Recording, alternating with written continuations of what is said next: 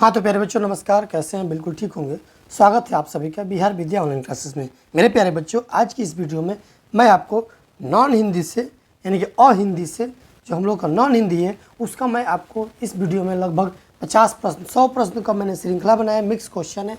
तो प्यारे बच्चों वीडियो को पूरा देखिएगा, बिल्कुल स्किप मत कीजिएगा। एकदम ज़बरदस्त प्रश्नों को मैं लेकर हाजिर हूँ आप लोगों के लिए। तो मेरे साथियों, मेरे प्यारे बच्चों, सब लोग दिल थाम के बैठे रहिए, एकदम दिल थाम के देखिएगा, इधर उधर मत घूमिएगा, इधर उधर मत जाइएगा, पूरा क्लास देखिएगा। चिंता को लोग क्या कहते हैं? चिंता को लोग क्या कहते हैं? तो मेरे प्यारे बच्चों याद रहेंगे, चिंता को चीता कहते हैं। क्या कहते हैं? चीता। अगला क्वेश्चन कह रहा है क्या है? बाजार की मक्खियों को छोड़कर एकांत की ओर भागो, यह किसने कहा? बाजार की मक्खियों को छोड़कर एकांत की ओर भागो, इस बात को किसने कहा? तो मेरे प्यारे बच्चों याद रहेंगे, नीत्शे ने कहा था। किसने कहा था? नीत्शे ने कहा। अगला प्रश्न कह रहा है क्या? ईश्वर या अल्लाह को बाहर साक्षात्कार की बात किसने ढूंढने की जगह उसका अपने भीतर ही कही है।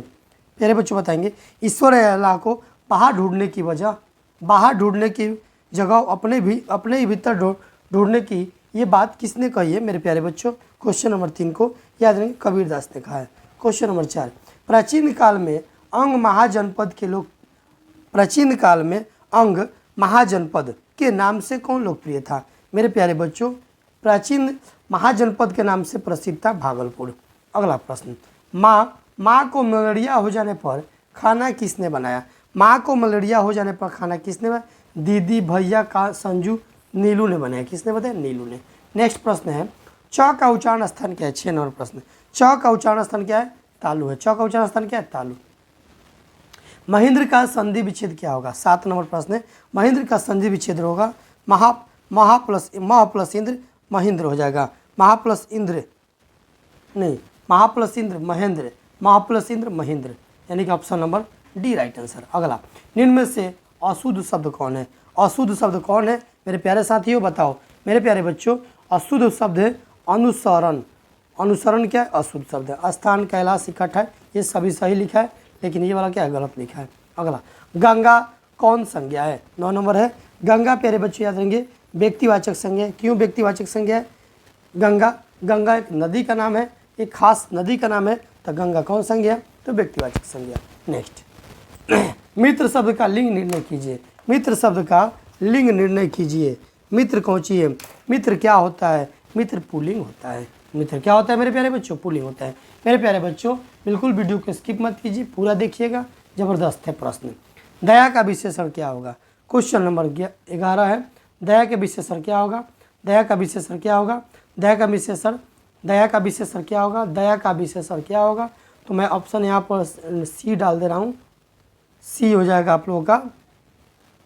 दया का विशेषण यहाँ पर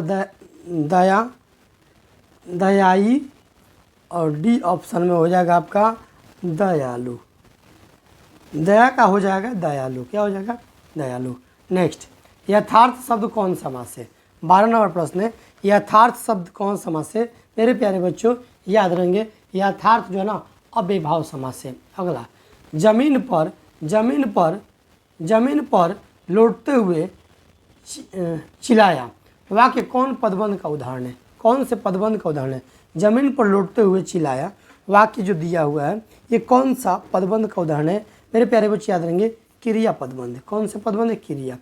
निम्न में शुद्ध वाक्य कौन है? 14 नंबर प्रश्न है, शुद्ध वाक्य कौन है? याद रहेंगे, वह गीत की 2-4 लड़ियाँ गाती है, ये शुद्ध वाक्य। बाघ और बकरी एक घाट पर पानी पीते, गलत वाक्य है, पीती है। पुलाव बहुत लजीज है, लजीज होता है, लजीज नहीं होता है। आपका भावदीय होता है, भावदीय नहीं होता है। चलो अगला प्रश्न, इनमें मिश्र वाक्य बताना है। निम्न में कौन मिश्र वाक्य है? परिश्रमी छात्र अवश्य सफल होंगे।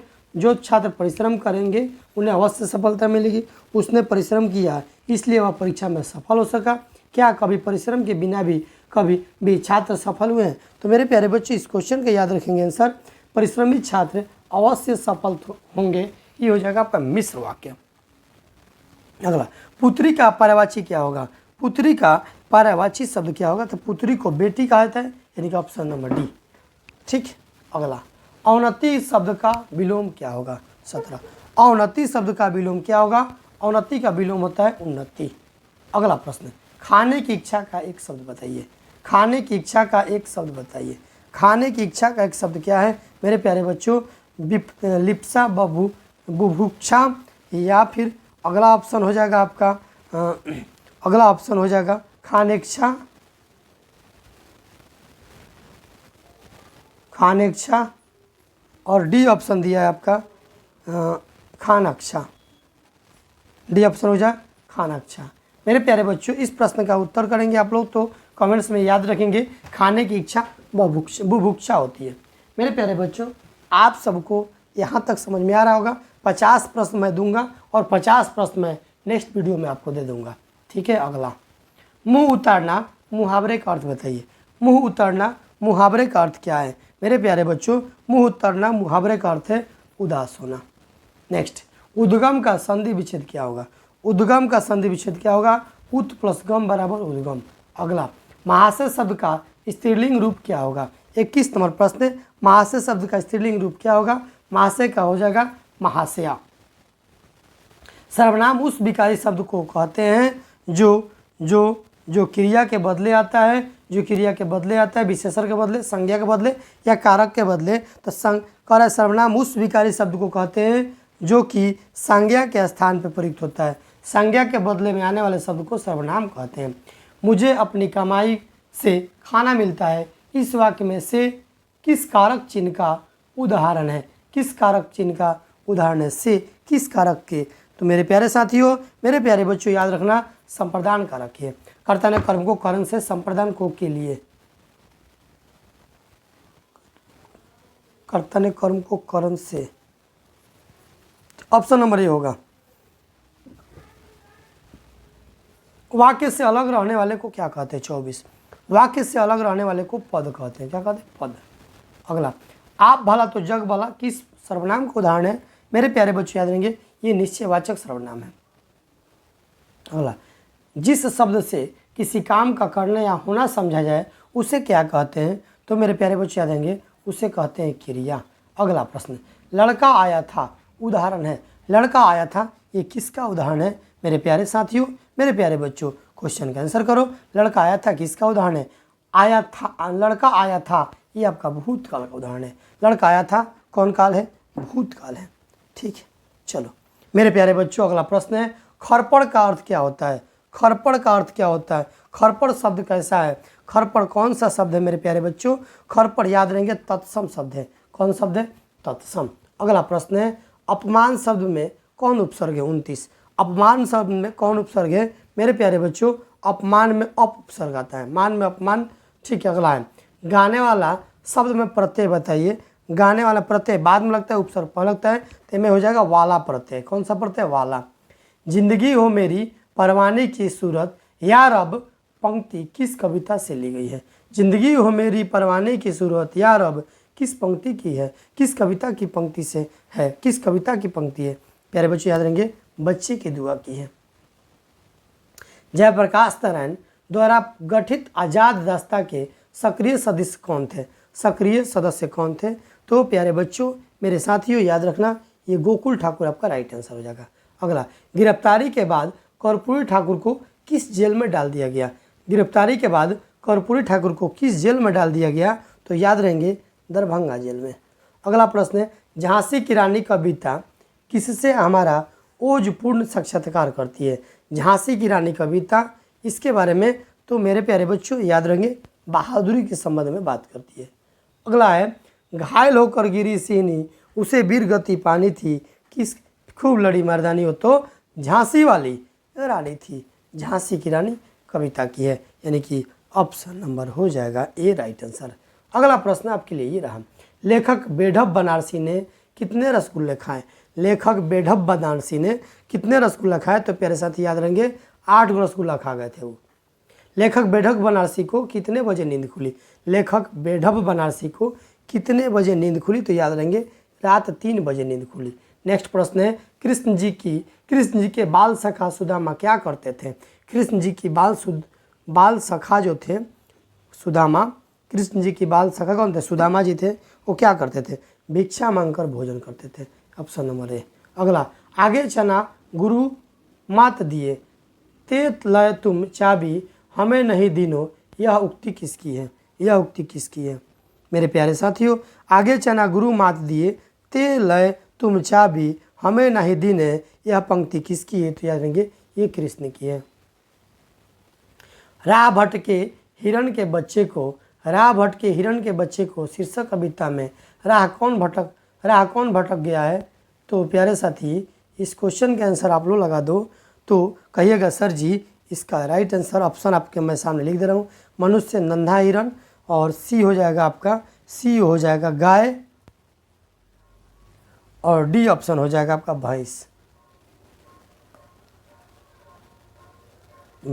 याद रखेंगे नन्हा हिरण हो जाएगा, भटके हिरण के बच्चे को नन्हा हिरण की बात कर रहा है। ईदगाह शीर्षक कहानी के लेखक कौन है, 41 ईदगाह के लेखक है प्रेमचंद। नेक्स्ट, बाल गोविंद भगत की पुत्र की मृत्यु के बाद पतोहू को रोने के बदले क्या करने की सलाह दी, क्या करने की सलाह दिए थे बाल गोविंद भगत जी। तो बबुआ उत्सव मनाने की सलाह दिए थे। लोग कहेगा कि पागल हो गए हैं, है ना जी। कोई बच्चा मर जाएगा कहेगा कि बेटा डेट कहेगा कह रहा है कि भाई उत्सव मनाओ। बताओ तो दानी दान करता है तो गुरुमान करता है, पर युग युग न जाने कितनी पानी, यह पहाड़ दान कर चुका पर इसको अभिमान नहीं। ये किस पाठ से ये संबंधित है, किस पाठ से संबंधित है, याद रखेंगे हुंड्रू का जलप्रपात से संबंधित है। अगला प्रश्न, हुंड्रू का जलप्रपात शीर्षक पाठ साहित्य की कौन विद्या है। 44 नंबर प्रश्न, याद रहेंगे यात्रा वृत्तांत राइट आंसर। ठेस कहानी में सिरचन क्या था, 45। ठेस कहानी में सिरचन एक कारीगर था। सिरचन कारीगर थोड़ा था जी, कामचोर था कि कारीगर था, थोड़ा इसको देख लीजिएगा, डाउट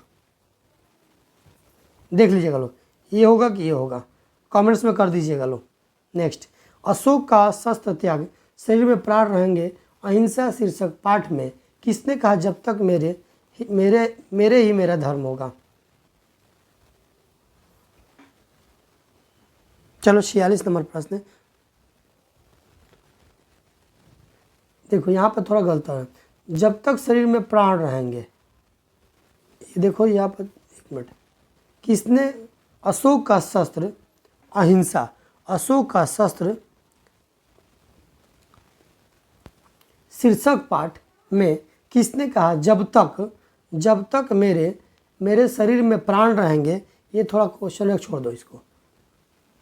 ईर्ष्या तू न गई मेरे मन से शीर्षक पाठ में कहा गया है, जिसे किसी प्रचंड चिंता ने पकड़ लिया है, उस बेचारे की जिंदगी क्या होती है, उस बेचारे की ज़िंदगी खराब हो जाती है। क्या होती है, खराब हो जाती है।